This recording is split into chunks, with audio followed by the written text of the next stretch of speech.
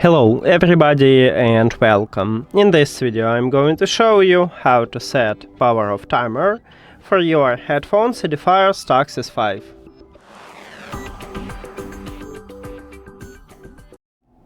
You have to start by open EDIFIER CONNECT application, and of course you need to add these headphones to the app.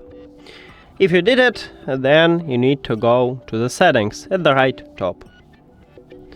And right here we have power off line, so tap at this line.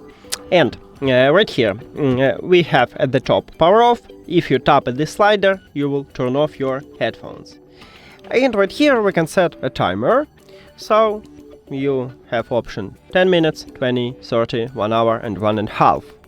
Just tap at the best one for you. Let's say I wanna turn off it in 30 minutes. I just select this one.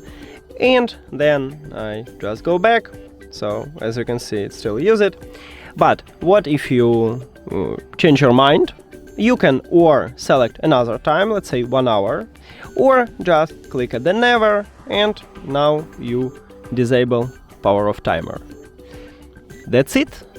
Thank you for watching this video. If you found it helpful, please consider subscribing to the channel and leave the like on the video. See you later!